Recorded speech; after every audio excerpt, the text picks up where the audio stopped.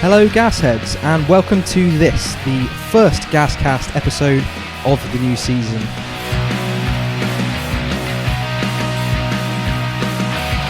We hope you've had an enjoyable break from all things Bristol Rovers, and that you're as eager as we are to get stuck into another 46 games of league football. I'm your host Max Alderson, and as usual I'm joined by Tom Metcalf, and instead of GasCast regular Harley Thorne, who is away with work midweek now, we're getting a guest slot on each week. So our first guest of the season is none other than Caz May. Hi Caz. Hiya. How are you? I'm good, how are you? Good, thank you. Glad to have you on. Let's just get stuck right in, shall we? It's been a busy summer. We've made quite a few signings, 8 to be precise. I know a lot of you have been asking us on Twitter for our opinions on these players, how good they are. I know it's been a bit of time since we've made those signings, but I think now is a good time for us to go over those in a bit more detail, what we think about each player, and how they've done in pre-season. So we'll get stuck straight in with the goalkeepers. So departing the club was Jack Bonham, which we were sad to see, as he was quite a decent, capable goalkeeper, and also our permanent goalkeepers, Adam Smith and Sam Slocum. So coming in, we've got 2 foreign goalkeepers actually, Antje Jacola and Jordi van Stappershoef. Metz, let's start with you. Which one do you want to start with, Antje or Jordi? I'd rather Jacola. I think from what I've seen of both of them, he's the more Slocum of the two, the more steady one. Although it is very advantageous having like a 6'6.5" goalkeeper. I didn't really think he used his height all that well anyway. He did claim the odd cross, but he wasn't as commanding as I'd expect him to be. And I thought Jacola just looked a little bit less glamorous, a bit more solid. Plus, I have to say about Jordi's absolutely terrible dive for the Swansea first goal. It's like it was going top bins and he's dived bottom bins. It just looked awful, and I'm holding that against him massively. Yeah, not ideal. I think for those long range shots we were hoping someone of his height to be able to deal with it a little bit better. Caz, Van Stappershoef is only 23 years old, I believe. What do you make of that? Yeah. He doesn't. I agree with what Tom was saying about the dive. That was atrocious, and I'm hoping that is as bad as it gets for him this season, because for me, when I watched him against Bath, he had some sort of confidence about him, which I think he's developed in his time here in pre-season. He was confident coming out for crosses. He made some brilliant saves. So he would be my preference over Jacola. You'd take Van Stappershoef over Jacola? I would, yeah. Just purely based on what I've seen, in my opinion. That Swansea game, we were against a tough side, so maybe he just wasn't as confident as he was against, Bath, who are, a bit of no disrespect, but easier opposition. So, he would be my choice based on what I've seen. Yeah, I think personally, at the age of 23, I think Van Stappershoef is very much seen as the understudy to Jacola, who will be brought through as a goalkeeper potentially for the future. Who will obviously be a first team goalkeeper and a good asset for us going forwards. In terms of who you think Graham will back, Caz, who do you think he'll start? Do you think he'll go with what you think, or do you think he'll go for an older head just to start with? Well, he has given, I don't know if it's mainly his choice, but he has given the number 1 to Stappershoef. That is true, yeah. So based on that, I'm thinking maybe he's looking at him as the first choice. And he's played him slightly more, I would say, in pre-season. I think he's played slightly more games, if I'm right. Yeah, so definitely. Based on that, I think he favours him slightly. Yeah, that's interesting. And I'm not sure, Metz, do you think that Jacola will be happy with that? I mean, I would assume he's on a higher wage than Van Stappershoef because he's come down from the Championship, whereas Van Stappershoef is coming from abroad. It's kind of come up a league, yeah. I don't know. It's one of those weird ones with like Finnish people as well. They're just so sanguine about everything. I doubt he really gives a shit. As long as he's like playing enough, I don't really think he cares. And the amount he's travelled around as well, I'd imagine he's kind of played second fiddle at Reading. So I don't think he's going to throw his toys out the pram about it. So. But did he come here under the pretense that he'd had a good run of games at Reading and then got injured and then was almost cast aside.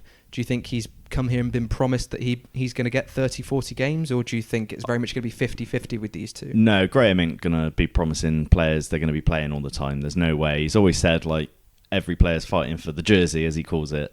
So, yeah, there's absolutely no guarantee. I doubt he's given any guarantees. And, like, if in pre-season Graham's seen more out of Yordi than Jacola, then he's earned it, really. So, yeah, can't begrudge him it.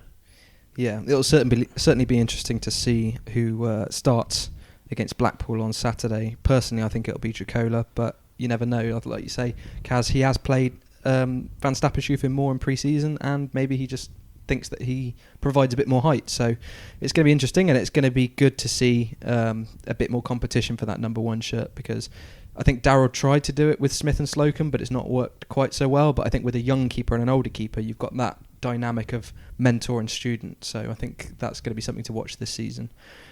Let's move on to Tom Davies. He's someone we covered a bit over the summer because he was heavily linked with us for a number of weeks before he actually signed.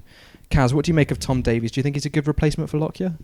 Obviously, it is big shoes to fill with Lockyer. I mean, he's loved by the fans at the club. He made a real stamp in the team. But from what I've seen from him, he does look solid. Coventry fans do rate him. It's hard to tell, obviously, at this stage, because pre-season you can't really take too seriously because of the amount of changes there are purely in the game, and it's not a solid starting 11. But from what I've seen, I've been impressed with him so far. So yeah, I'm happy. Yeah, I think particularly in that Birmingham game, he held his own quite well against a very strong and experienced Championship forward in Djukovic. Tom, you watched that game with me. Were you impressed with his aerial presence? I've been impressed with him, actually. I think, especially against Yate, when you could just hear him because you're only like 20 yards away from him, like his like command of everyone was fantastic, and his shouting was absolutely amazing. So yeah, I like a vocal centre-back. I like a Tony Craig, someone aggressive. And again, like the reviews from the Coventry fans were rave, and they said he was like a really good lad and everything. So, you know, cans on the train down to Wembley. So yeah, what's not to love? Yeah, he'll certainly be one to watch. Like you say, we've lost our captain, but I think we've gained someone who's more of a captain than Lockyer actually was without even having the armband himself, which is such a valuable thing to have. You need leaders all over the pitch, and I think Davies is going to bring that in abundance. So really keen to see how he does. And challenging the other centre-backs as well, because we've got quite a few there vying for the first team spot, which we'll discuss a bit more in a minute. Let's move on to the fullback situation. We lost who was our GasCast player of the season, James Clark, over the summer. And Tom, you are devastated, aren't you? I am very upset about it. Yeah, he's such a lovely bloke. Yeah. Such a lovely bloke. And I've heard that he is an avid listener of the podcast as well. He is. Hello, James. If you are listening, James, and not on the bus for Walsall away, wherever Walsall are playing this weekend, thanks for listening. And if you've not read our interview with James Clark, he was kind enough to lend us some of his time to reply to some of our questions about his move to Walsall and how he's going to get on this season, reuniting with Darryl Clark and Stuart Sinclair up in the Midlands. Is it the Midlands, Birmingham? Would you say Birmingham's Midlands? Yeah. Solid Midlands, yeah, definitely. It's the gateway, I'd say, isn't it? Those three are like the Holy Trinity, aren't they? I don't want to offend anyone, by saying it's Midlands when it's not, because people are very territorial over the different boundaries. I slagged off all of Birmingham on the Birmingham commentary, so I wouldn't worry about it. They'll have to come for me first. I'm sure it's fine. But yeah, Partington as well was another departure, went back to Eastleigh. That's another signing that's not quite worked out. But Caz, do you want to tell us a little bit about the two right-backs we've got coming in, Mark Little and Josh Hare? Mark Little, I mean, I am so impressed from what I've seen from him so far. He's obviously very experienced. He's been promoted from League One before. He knows exactly what to do. I think going forward, he's very good as well. He sort of takes it into his own hands on the pitch, and he drives forward. And that's what we need, is someone in the team that sort of threatens the opposition defenders, and that's what he does. And he knows how to put in a good cross, and I saw him do that several times against Bath, and I thought he was incredible. What we need to do is just make sure he keeps fit, because he is so important. If we're going to challenge for anything this season, he is very, very important. Josh Hare, I've not seen as much from him. He came from Eastleigh, is that right? That's right, yep. He came from Eastleigh. I mean, obviously, they're below, they're in a lower league, and it's just sort of seeing how he gets on, how he fits in, how he deals with playing in League One. He's sort of someone I feel that will need a bit more experience, and we'll sort of need to develop him a bit better.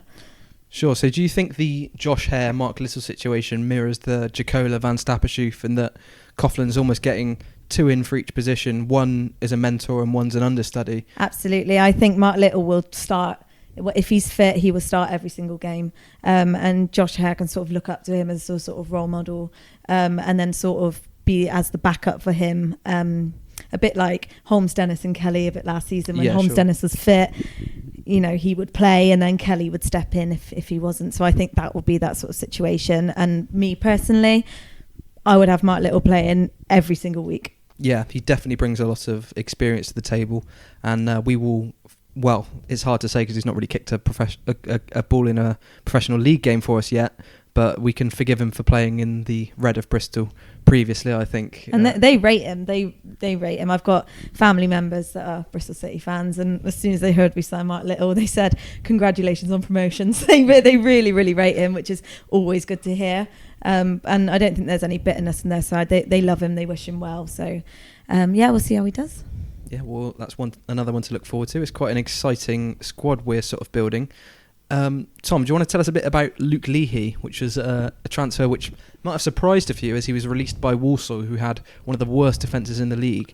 But Leahy himself has one of the highest assists for a defender in League One in the last 2 seasons. So a bit of a mixed one. What do you make of him? Yeah, it is a bit of a mental one. The Walsall fans were just basically slagging him off defensively, like you said, and saying, he's got a whip on him, but defensively he's an absolute bomb scare. But his whip is amazing. It's so good. The amount of assists he got for Tom Nichols, bearing in mind that he's assisting for Tom Nichols, is unreal.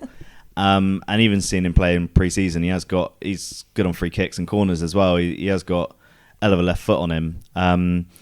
If we're playing wing backs, it doesn't detract too much from his game if he's not amazing defensively, as long as he's good going forward, kind of like Leds was. So, well, actually, Leds had the opposite problem, didn't he? He couldn't cross for shit. I rate him. I really like him. I think he'll be a really good player for us. And I think it's an interesting one with the options we've got there with Tariq and Kelly now. If we want to play a bit more defensive, we've got Kelly, and then if we want attacking, we've got Leahy and Holmes Dennis. And I can see Holmes Dennis being deployed on left wing as well. Maybe with Kelly behind him, maybe with Leahy behind him. Yeah, so it's good options. I really rate him. I don't know why Walsall let him go, to be honest. I think he was playing. Well, he's played brilliantly for us in pre-season, so we'll see how he goes into the season. Really, I think it's one of those where he's not the best defensively, and in a collective bad defence, he will be seen as a bad player. But with 2 really solid centre backs, commanding him, telling him where to be, berating him for being out of position, basically, of a higher quality. No disrespect to Walsall, they had the worst defence in the league and got relegated, so of course their defence isn't good. I think with Tony Craig's experience and the commanding vocal centre-backs that we have in Kilgore and Davies, I think they, especially with the cover from Upson as well from midfield, I think it's not going to be so much of a problem for us players getting in down on Leahy's side of the pitch. And what he can offer going forwards, I think, is worth more to us than if we played a defensive left-back like Kelly. Caz, do you think that's the case, in that it's one of those players that it's good to have that option because we know that we've got Kelly if the plan doesn't work? Basically what I'm saying is, do you think it's more advantageous of us to take more risks in players to get us more goals? Yeah, I agree. I think if he's got a solid defence behind him, we can use him a bit more as an attacking winger, like you said. Walsall obviously don't rate him. His nickname was Luke Leaky. So they obviously don't think very much of him. But like you said, overall their team was bad. I mean, we saw it at Walsall away on, was it Boxing Day? Boxing Day. And they just fell apart in defence. And you can't pin that down to one player, and if he's not being played properly, then you're not going to see him at his very best. And I'm really surprised with the comments that are coming from Rovers fans about him in pre-season, because from what I read from Walsall, I was thinking this guy's going to be awful. I mean, I thought the worst of him before he'd even kicked a ball in a Rovers shirt. So it's quite reassuring to hear that actually, if he's being played with a solid defence and under Graham Coughlan, there is some player in there. Yeah, Caz, you have some news for us, don't you, about the pronunciation of Graham Coughlan's name? I just said it wrong. And that we've all been pronouncing his name wrong for the best part of a year. He's actually not called Coughlan. The actual pronunciation, according to the man himself, is Graham Coughlan. So from henceforth here on the podcast, we will be referring to him as Coughlan, or Cogs, I think is a better nickname. Coggy. Just because it's I also just Graham, because then I can avoid, like I say, Jordi instead of Stapashoff. No, I'm not. Stapashoof. Stopperhoff. It's a good idea. I'm sticking with Stopperhoff. Or GC. I like it. GC, yeah. Bit similar to DC, but... Yeah, that's why I try to avoid GC. So yeah, why don't we take a little break from the transfer news, just so you can tell us a bit about speaking to Coughlan at the Fun Day and anything he said. You had a chat with him for a while, didn't you? Yeah, so the first thing I said to him was, how do you pronounce your surname? Because I was just sick of people saying different things and no one really knowing. And he did actually reply and say, you could say it how you want, however you want. And I was like, no, really, how do you say it? Because it's really bothering me. And then he said it is Coughlan. So I've always said Coughlan, so I need to get used to actually saying it properly. The only other thing I asked him about was Alex Jakubiak. I said, what happened there? Because it's a bit vague. No one really knew what was going on. And then suddenly Gillingham had signed him. And he said, I wanted to sign him. He rates him. He sees a player there, which is obviously what Watford see. But he said that Watford just want too much money. Okay. Which is an interesting one, because that's similar to the Bonham situation, where we just released 2 keepers off the books and then we wouldn't pay Bonham what he wanted to keep him. So it's similar with Jakubiak. I mean, I don't know Gillingham's situation, but I'm surprised that they've been able to pay Bonham and Jakubiak what Brentford and Watford want. Yeah, I mean, it may potentially be one of those where we can afford him, but we don't want to spend that much on him. But Gillingham are willing to spend a larger percentage of their wage budget on that player because they need that quality in, whereas we think maybe we can get better value for money. And I think that's been the case with Widgerington this season with his scouting. He's definitely seemed to get a lot of players who are overlooked or not known of in the transfer market and make better use of our budget, which I think is more restricted because we've got quite a bloated, overpaid squad in some areas. So that brings me to the strikers, Mets. 2 loaney strikers. Why don't you take me through Tyler Smith on loan from Sheffield United? Not quite Leon Clark as a few people were expecting, but a good, capable striker by the looks of what we've seen. What did you make of him in pre-season? I'm quite excited by him actually, because he isn't big. He's really quick, but he's also really strong, and he's got already like quite a good relationship building up with Rodman. I think he's going to be a really good striker at this level. He does remind me a bit of Jakubiak, the way that he holds up the ball and that. But I think he's going to be a really, really good striker for us. Can I put my neck on the line? Go on. He reminds me of Matty Taylor in his hold-up play. The way he comes deep, holds the ball, and then links off with the wingers, and then turns and gets in the box. We haven't had that movement since Taylor's gone.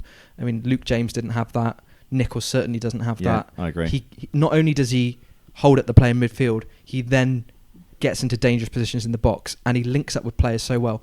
And it's made me almost realise that I've been saying it for the best part of 2 seasons now. Nichols is a good footballer, and that's the main reason that we've said he should stay in the squad. But par for the course in League One, there are so many better strikers out there who can do exactly what he does. And you can say, yeah, Nichols has got great touch. Yeah, Nichols is a good footballer. But for me, from what I've seen in Smith in pre-season, he can do everything that Nichols has been doing, but potentially better with a goal-scoring threat. And score goals, yeah. Yeah. Caz, what do you make of what you've seen of Smith? I really rate him. I think he's quick, he's nippy, and he's a nuisance. And I think that's what we want.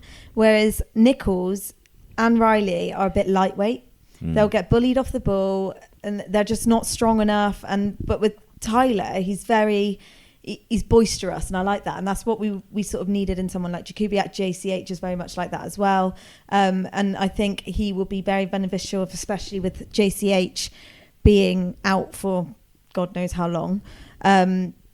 I think we need someone like that, and he's got a bit of character, and like you said, he does know where the net is as well, which is obviously crucial for us. Massive, with yeah. Tom Nichols and Gavin Riley up front with JCH out, and he scored on his debut as well, which is always great. Good, yeah. Always nice. I did have a look on the Sheffield United forum about him as well, and they all rated him. They said he's not quite ready for the Championship, but he'll score goals in League One. Sheffield Yeah. United. I mean, he was Premiership now, yeah, of course they are, yeah, of course. He was never really going to get into that Doncaster side ahead of John Marquis, who was scoring a hatful of goals, and of course they had Herbie Kane and a few other attacking players, Malik Wilkes. So he struggled to get into that side, but that doesn't make him a bad player, and I think that's potentially the reason he's been overlooked by a few other clubs. Because if you look at his goals record, you see on loan at Doncaster, 2 goals in 12 appearances. That's rubbish. No thanks. But if you actually look at his performance, how he did, and his goals that he scored on loan at Barrow, you think actually maybe he could be a good player. And from what I've seen, he is a tidy player, and to have him on loan could be quite useful until we get over the bulk of our problems with the wage budget and a few of the players being on a bit too much money, which we'll speak about a bit more in a minute. The other striker, Victor Adabiejo, on loan from Barnsley. He's a striker, again, similar to Smith, just couldn't get in their team in League One because they had Kiefer Moore up front, who scored 19 goals, and another striker who I can't remember, who also got 19 goals. So Adabiejo struggled to get in the side there, but again, doesn't mean he's a bad striker. Caz, did you watch the Plymouth game, or did you see any of the Plymouth game? I didn't. I was following it on the Twitter updates from Rovers. And I was delighted to see that he came on about 74 minutes or something, and then he'd scored almost straight away. So obviously that's always a great sign when you've just signed somebody. I understand it was a tap-in. I actually haven't seen it. I watched it. There was a kiddie who did like a vlog, like a Plymouth kiddie, and I watched it. It was, yeah. Yeah, because Rovers haven't put any videos up, have they? No, I don't think they filmed any of them. Because I would like to see it. But, you know, a tap-in is a tap-in still, but you've got to be there to score the goals. So I'm pleased with the fact that he's off the mark already. He's someone that I guess Graham sort of looked, because he's missed out on Jakubiak, that he sort of wants someone similar. So I'm hoping he's similar, hoping he is, again, like a bit, like I said, with Tyler Smith, a bit of a nuisance and a bit boisterous, and just will be there at the right time. I wonder if we fully rest JCH on Saturday, if he will come on as a sub at some point. It would be quite good to see him, but yeah, we'll see. That we will. So that sort of wraps up our summer signings. We're hoping for maybe a couple more, which sort of brings me on to sort of the gaps we have in the squad still, and it's difficult for us to bring players, and I think we're quite constricted with our wage budget. Mets, what do you think we still need? Wingers. We all know we need wingers. We've got Rodman. That's the only winger we've got. We've got Kyle Bennett. He's not a winger. He's not a winger at all. He's an attacking midfielder. I wouldn't even put him at number 10. I think he's like his best position, I'd say, is left of a front three. Shadow striker. Almost, yeah. We're desperate for wingers with like the injuries we've got to what's his face, the guy we signed from Eastleigh. Sam Matthews. Sam Matthews has been injured over the summer. He's going to be out for a while. Mensah's gone on loan to Maidstone. So yeah, it's just Rodman, and especially left wing. Unless Tariq comes back and he's playing there, we've got nothing there at all. Yeah, not ideal. Caz, do you think we need another centre back? There's been a lot of talk about Liam Scales from UCD in Ireland. So it definitely seems like Coughlan is looking to strengthen that position. But with 3, maybe 4 quality centre backs already in the squad, do you think we need another one, or do you think we'll just loan out Menezes? Do you know what? I really don't think we do. I think Kilgore, his performance at Plymouth away was solid. I was really, really impressed. Some of the things he did, you know, it was a bit 50-50, could have gone wrong, could have been a red card. So he needs to learn in that aspect, you know, not to just fly into challenges. And luckily that day it did pay off, and he had a really, really good reception from fans. Fans are really starting to warm to him. So I think he could be a very good option. He's just obviously still learning, and he needs to, learn from sort of Tony Craig and Tom Davies a bit. But it's always nice to have backups. If we could have as many backups as we could. Like if we had the money, I'd be all for it, because you never know what's going to happen in the season, and who's going to be injured and who has to fill in for somebody else. So I'd be all for Scales. I think everyone's sort of getting their hopes up about that one. There's been a lot of speculation to whether that's actually happening or not, and if it did, I wouldn't complain. I'd be happy with that, and I'd be confident that we will have a solid defence throughout the season if we did. Are you just concerned that maybe that wage could be spent better elsewhere, maybe on wing or perhaps at an attacking mid position? Yeah, see, that would be the only thing. Obviously, it's very important to have a solid defence throughout the season, because that will gain you points and vital points as well. But yeah, I agree, we need wingers. So if it means sacrificing a fifth option centre-back, then by all means, let's get a creative winger in. Definitely. Met's central midfield, we definitely have a lot of battlers or cloggers there, as some people like to call them. Do you think we need an attacking mid option? I would say no. We've got Bennett and Circum, although Circum hasn't been anywhere near good enough in pre-season. He's really looked off the pace. Bennett's looked good, and I'd have him as our kind of attacking mid option, potentially even drop in Nichols in there, because we've now got 6 strikers. So I'd say I'm quite happy with the Cloggers. I really like them. I like all of them. I think Upson, like we were saying earlier, is really underrated. Agogo's mint. I really like watching him play, and actually Ollie Clark can burst from midfield as well. So yeah, I'm not worried at all about our central midfield options. And if we are playing narrow midfield to get the fullbacks up, then we don't need that many options. I think we're pretty sorted there. Okay, yeah, fair enough. I just want to ask quickly before we wrap up on pre-season, who have been your standout performers? Who have you been impressed by, and who has taken you by surprise? I'll start with you, Mets, as you were going on about Upson being underrated. I think my outstanding players have been Leahy, Rodman. I thought they were really good. And actually Hare surprised me a bit. I wasn't expecting him to be half as good as he was, and his crossing's really good. You can obviously see where the balls into JCH are going to come from each wing.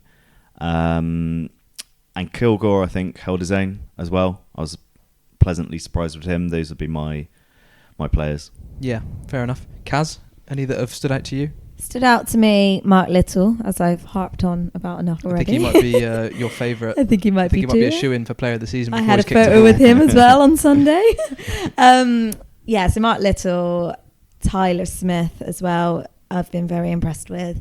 And Alex Rodman, I've always rated Rodman anyway. I was so happy when we signed him from Shrewsbury, mainly because it means he can't score against us anymore. Yes.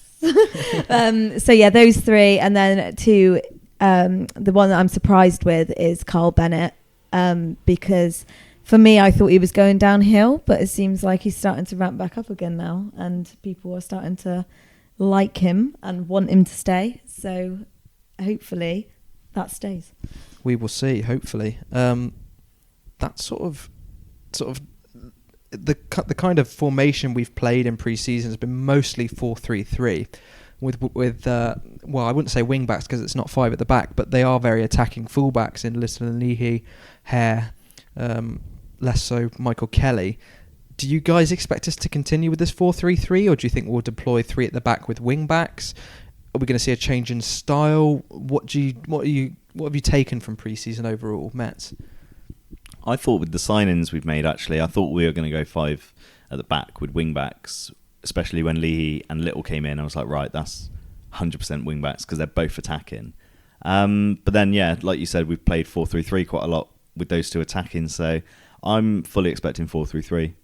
Yeah. Caz, do you think we'll play that 4-3-3 with, instead of wingers in that front 3, 2 narrower forwards, such as like Smith on one side, Adebayo on the other, but also maybe Rodman and Bennett, who are quite narrow wingers anyway, with the width coming from the fullbacks, or do you think we'll just switch it up completely? It's difficult because obviously JCH is out and we've had to work around that. Yeah. I mean, he would normally be the target man up front with maybe Nichols behind him assisting, and then overlapping wingers sort of crossing it into him. So I think it would dramatically change when JCH is back, which I don't know. I mean, as Graham said, potentially for Blackpool. I hope not, because we don't want him to come straight back with no pre-season games under his belt or anything like that. So I think, for now, I think he's going to keep it 4-3-3. And then when JCH comes back, he might sort of go 5 at the back and then maybe 3, and then JCH up front on his own. With Smith next to him, or Adebayo next to him, Yeah, I'm just trying to think. It's or maybe so Nichols, difficult. like Nichols and JCH had a pretty decent relationship. That's what I'm thinking. Maybe JCH up top with Nichols behind him. And then he can sort of run round and assist him rather than shoot. Nichols don't shoot. just assist JCH as best as you can. I think, that'll be, when JCH is back, that'll be the ultimate formation. Yeah, that's a good point. I didn't really see it as we're adapting around not having our main man. But we'll see. It's going to be an interesting opening few games. We've got some good fixtures. That sort of brings us on to our preview for the first game of the season, which is Blackpool away. Metz, what was your initial thoughts when you saw the fixture list and saw Blackpool away as the opener? Were you buzzing to get out and get up north in the sunshine and have a good night out in Blackpool? Absolutely. Yeah, Blackpool away, sunshine, rather than a wet Tuesday night. Fantastic. Plus, good news that they got the Oystons out, so should be a bit of a party atmosphere. Their first home game without those people. So I'm really buzzing for it. I think it'll be really well attended by the sounds of it. So I can't wait. Caz, you heading up? Absolutely. Good stuff. That's what we like to hear. I think all 3 of us are heading up for that one. So hopefully we'll bring back the 3 points. I'm sort of going to briefly go over Blackpool's situation with managers and players. Terry McPhillips took over from Gary Bowyer last August and led them to a 10th place finish on 62 points, which is pretty solid. But he stepped down over the summer, saying he had no desire to be a manager long term, which is fair enough. Maybe the job just wasn't for him. But Simon Grayson's come in. He's a former Blackpool player, former Blackpool manager.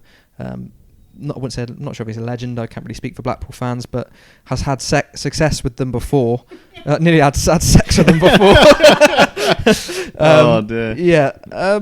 Before we really dive into how we're going to fare against Blackpool, let's discuss the events of this week, where Mark Bowler moved to Middlesbrough from Blackpool for a rumoured 1.2 million. Caz, was he sort of one that got away? Should we have signed him last summer? I mean, obviously we should have if he's moved for over $1 million, but do you think our thinking was right, risking and going for Holmes Dennis instead? I mean, it's a bit unbelievable when you look at that, and it's a similar situation to Ollie McBurney as well, isn't it? Obviously Darryl Clark just wasn't seeing it in Bowler. I thought we should have went for him, obviously, when at the end of the season, but you never know with players, and you never know how much they're going to progress. And I always say it's pointless looking at, well, not totally pointless, but don't look too much into records. JCH is an example of that. Players play differently under different management and with different players, and Bowler's gone on and he's blossomed further from Rovers, and he's done very, very well. I just think we shouldn't dwell on it, because to be fair to THD, he's been fantastic for us when he's been fit. Obviously with the injury is not so great for him, but I wouldn't say it's a regret, not going for Bowler and getting THD. It just is what it is, and I'm happy to have THD. If we could keep him fit this season, he'll be a fantastic asset for us. Yeah, I think hindsight's a wonderful thing, and I don't think any of us could have really predicted that Bowler would go on to move for $1 million exactly. A year later. Blackpool have made some good signings. I'm just going to go over a few of them. Ben Tollett from Tranmere Rovers on a free transfer. Sully Kakai, Adi Yusuf from Solihull Moors, former Wimbledon striker. Jamie Deverett from Carlisle, probably the standout for me. Ryan Edwards, who we were linked with from Plymouth, but we went with Tom Davies instead. Ryan Hardy, a centre forward from Rangers, big target man. And James Husband, a left back on loan from Norwich to replace Mark Bowler outgoing. We won 3-0 there last season and beat them 4-0 at home, so we did pretty much get 6 points in very convincing fashion against them. However, they've had a bit of an overhaul, so it's not going to be the same sort of match as it Metz. No, absolutely not. When they came to the Mem, they were in absolute shambles, like one of the worst teams last season. And even away, Big Tone with the volley, boom. Never forget. Yeah, I'd love to see that effort, again. Yeah. No, it'll be a tough game. Like I said earlier, like the party spirit's there. They'll actually have some fans in the ground, which would be lift the players and all that. Yeah, it's going to be a tough one. We always seem to be away. First game of the season, we always tend to lose. So I'm fully expecting that. Well, that's encouraging. Pretty blunt, Positive. yeah. So let's before we go on to score predictions on how we think we're going to do, let's talk through our lineups, because I think all three of us have got very varying opinions on who we should go with for our starting 11s at Blackpool. Caz, you want to start us off with yours, because I think you were going to go for a change in formation, weren't you, to what us two were going to go with. So why don't you just read off yours and who you would start with for the first game of the season? Okay, so in goal, I've got Stapashoof. Purely from what I said earlier, I've seen some confidence in him that is slowly growing, and I'm hoping that this first game against Blackpool will be really important for him to carry on with that confidence growing. And then so in defence, obviously THD isn't fit, so I would go left back. I would go Kelly, only because I'm still a bit worried about the comments from Warsaw with the Luke Leakey. So I would go Kelly and then have Leakey as a backup. And then I would add Craig and Davies as centre back, and then Little, of course, on the right. And then in midfield, I would go 4. So I'd have, I know you guys would disagree with this, but I would have Circum. I'm a bit rose tinted for Circum. On the left. So is Circum going to go out wide or in the centre? Go out wide. Okay. Yeah. I know that's not his best position, but I'm hoping that he is going to start having to prove himself a bit now. Ollie Clark and a go in the middle, and then Rodman. I really rate Rodman on the wing. So Rodman sort of attacking on the wing. And then I would have Nichols just in front of them, and then in front of Nichols I would have Smith. Okay. I think they will both be nippy and quick and a bit of a nuisance. They're both good footballers. I think I could see them linking up well. Yeah. I can see where you've gone with that. And Rodman, I think the preseason he's had, it'd be silly for us for any of us not to have him in our starting 11. Yeah, Exactly. absolutely. Matt, do you want to reel us off with yours then? What have I got? I think I've got Chicola in goal instead of Yordi. Same back 4.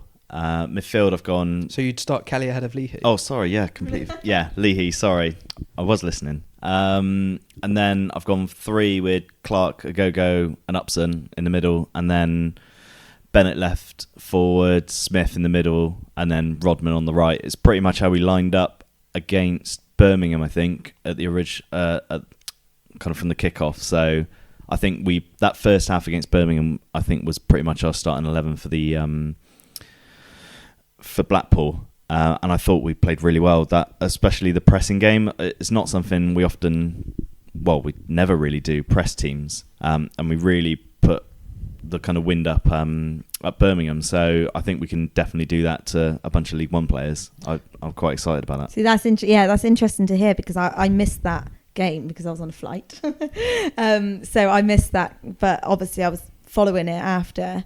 And just having a look, and I thought it was a really strong result against a strong Birmingham side. So it's good to know that was the lineup for that, and I think that's a positive that we can take from that game. And hopefully a lot of them will be battling. I didn't think about Upson. I forgot about Upson. It's difficult with those 3 in the middle, isn't it? 4-4-2. I mean, you've got to be choosing between Upson or a go. I don't think you can have both really if you want to play Ollie Clark. That's good. Yeah. It's good that you've got 2 strong contenders. It's a headache you want. Yeah. Also, with the Birmingham game, the goal we scored was Smith, Harry, and their defenders jumping on a loose ball. A little bit of interplay with Rodman, and then slotting it in for Bennett, Kyle. Yeah. So yeah, it's exactly what you want to see. Battlers, I love it. Yeah. Yeah, I think my 11 will be exactly the same as yours, Matt. So it's going to be Chicola in goal, Leahy left back, Little right back, Davies and Craig at centre back, a midfield 3 of Upson with Agogo and Clark ahead of him, and then a front 3 of Bennett on the left, Rodman on the right, and Smith in the middle, because that's the best of what we saw in pre-season. So yeah, I think that's what we got to go with, because we got to go with, without JCH, we got to go with what worked in pre-season, and that definitely worked against a good side. It's interesting that we talk about Bennett, because he's going to be our player spotlight for today, for this episode. We're going to talk a little bit about Kyle Bennett, if he has a future at the club, if we're going to try and ship him out.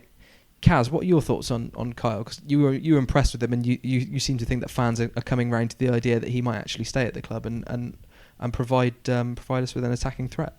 Yeah, it's interesting, because I spoke to him on Sunday at the open day, And I said to him, I said, oh, like, please stay with us, don't go to Swindon. And he said, tell that to Graham, which is an interesting thing to hear, because from what we've seen in the papers and online is that Bennett is the one that wants to leave and it's not Graham pushing him out. So that's really interesting. So maybe the reason he's started to perform is because he's trying to prove himself to Graham.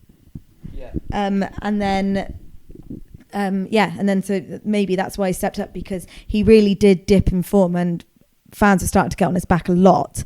And obviously now, if he is starting to prove himself and he can continue this form, then yes, he will have a right place in the starting 11. I definitely thought he was going to be off at the end of last season, and then it did definitely seem like he was going to be bombed out, and then Graham just was like, no, he's definitely staying. Like when Swindon, he was doing bits for Swindon, and it looked like they were going to come in and put a bid in for him. Yeah, well, their fans really rate him. They don't understand. And the manager rates him as well. Yeah.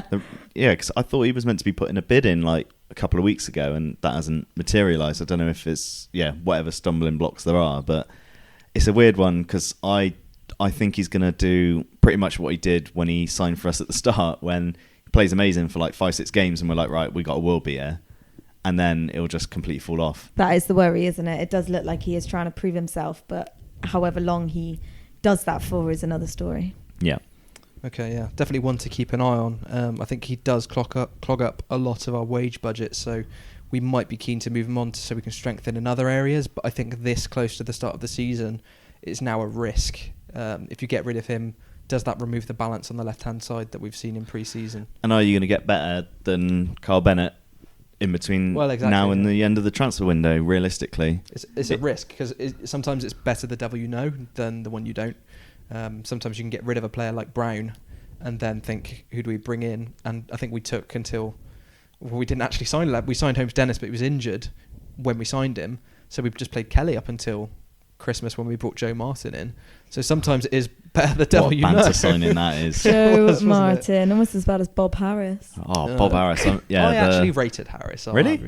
He was okay. That one own goal that he scored. The own goal, he could it was do an absolute nothing about belter as well. He could have done something except for slice it into the roof of the net. I'm going to defend Bob Harris. It's a hell of a finish, I have to say. Up there with Big Tone's finish against Plymouth away. Like right up there for own goals. Last sort of thing to talk about on the first episode of the new season of GasCast, is the kit. We launched the kit over the weekend. On Saturday it was released, and I think a few people, well, not a few people, more than a few people, as it sold out, were very enamoured with it. Caz, what did you make of the kit? Are you a fan? I think it's beautiful. I love it. I love the all blue back. Yep. I love that it's solid quarters. I really like the colour and the two-tone stripes as well. I think it just looks really, really nice. I'm not sure what's going on with the away kit. Yeah, I we're playing naked away from home. What is going on? Are they going to announce it before Blackpool? Yeah, shirts versus skins, isn't it? Yeah, I think it may be one of those. I think it might be one of those delayed marketing strategies where they're two different products. Whereas if you release it at once, people are like, which one do I go for? If you announce the home one first, everyone buys the home one. Then a couple of weeks later, we say this is the away. You might get a few more sales because people will think... After payday. Yes. Maybe after payday as well. People will think, okay, I hope that's it. I've got the home, but I wasn't expecting the away to be that nice, but I've already bought the home, but I really want that away kit. It might be a different marketing strategy from Gorringe. That's just pure speculation from me. I've not heard anything. I've no idea. It might be a cock-up with Macron. I wouldn't be surprised. They always seem to cock up our order every year. I really don't know. But I'm looking forward to seeing the away kit. Hopefully it's not yellow this year. Hopefully it's something different. Oh, I love that chant. Yellows. Yeah, yellow is a good chant. But it's been 4 years of yellow now. So let's have something a bit different. Matt, are you a fan of the kit then? I love it. I absolutely love it. Yeah, for the first time in, I think since, about 4 years now, I'm going to buy a home shirt because it's just so nice. Like you were saying, I think the term for it is like shadow stripes, where it's like, it's just lush. And there's a picture of JCH sat up in one of the stands just looking like an absolute boss in it. Yeah. I'm just like, right, yeah, I want it badly. So I'll probably get it online when the new website comes out next week or whenever it is. I'm very keen for the away, but I've got a feeling, I've heard that it's just going to be quite plain and quite similar to last season. So okay, maybe save your pennies. Yellow or? I've heard not. Ooh. Metz is in the know. I'm not in the know. I'm just reading the forum. Cool. Before we sign off, let's get a round of our predictions for the opening day then, how we think we're going to do. We're all making the journey up, so I'm hoping there's going to be a bit of optimism around the table here today, and it's not just going to be 3 losses. Caz, let's start with you. How do you think we're going to do against Blackpool? Always start off positive, otherwise there's no point. So I'm going to go 2-1 Rovers. Sorry, Geordie. Don't think he's quite going to get a clean sheet, but I would take it if it's a win. A win's a win. So Yeah. Who's going to get the goals? Tyler Smith. Yep. And Alex Rodman. Ah, good. That's a solid choices there. Sounds realistic as well. Yeah. I'm going to go with a 1-0 loss, just because I'm ever the negative. I'm not feeling it. I just feel like all the optimism we built up for a pre-season is just going to be dashed on the first day. I think it usually is, to be fair. Yeah, I just got a feeling we're going to lose. Yeah. Well, I'm going to bring some balance, and I'm going to say it's going to be a 1-1 draw, just to round off. Who's your goal scorer? My goal scorer is Rodman, I think. Header. He's going to get a header from a corner or a cross.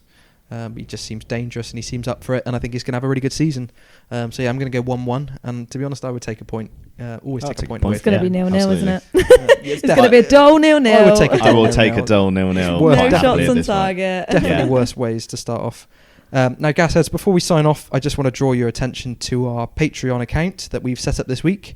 When we started GasCast back in 2016, we recorded episodes in our bedrooms over Skype through our laptop microphones, and merged the sound files together in a horrific mess of what used to be GasCast.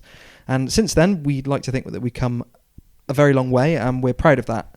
But as we ramp up the quality and the quantity of our content, the ongoing costs has a personal impact on us. So this is where we need your help, really, so that we can continue to grow and provide you with both new and existing content that is good and not of a poor quality. So first and foremost, this money will go into enabling us to improve our equipment, improve our episode quality, and towards the promotion of our episodes, so that we can raise the profile of the podcast. We're not going to be jetting off to Barbados with your money or buying hot tubs like our good friend Rovers Ram supposedly does. I'd already earmarked that money, so there's no promise. I'm not making any promises. I can fit a hot tub in my flat, definitely. If you are interested in helping us for the price of a pint a month, you can donate at patreon.com/GasCast, all one word. You'll also be added to a private group where you can suggest improvements, new ideas, and hey, we may even get you on the show because we now have the guest slot. So if you'd like to get involved, please do. We'd be very, very appreciative of your support if you enjoy listening to the podcast on a regular basis. So thanks very much, and we'll see you next time. Thanks, and up the gas. Up the gas.